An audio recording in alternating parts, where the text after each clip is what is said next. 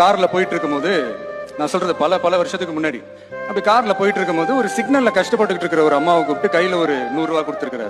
உடனே அந்த அம்மா வந்து, ரொம்ப நன்றி, நீ நல்லா இருப்ப எம்ஜிஆர், நீ நல்லா இருப்ப எம்ஜிஆர் அப்படின்ட்டு வாழ்த்திட்டு அனுப்பியிருக்கிறாங்க. இது சரவணன் சாருக்கு ஒண்ணுமே புரியலையா. அதாவது அந்த காலத்துல அது எப்படி இருந்திருக்குன்னா, அது யார் அள்ளி கொடுத்தாலும் அது எம்ஜிஆர் அவர்களா தான் இருக்கும் அப்படின்ற மாதிரி ஒரு பேர்.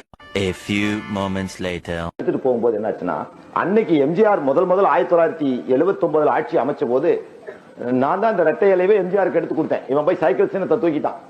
அட இது வரையறதுக்குள்ள தொகுதியில தேர்தலே முடிஞ்சு போயிரும்டான்னு சொல்லி அப்புறம் இந்த ரெட்டை இலையை எடுத்து கொடுத்து, அப்ப இவனுக்கு 40,000 ரூபாய் கடன்.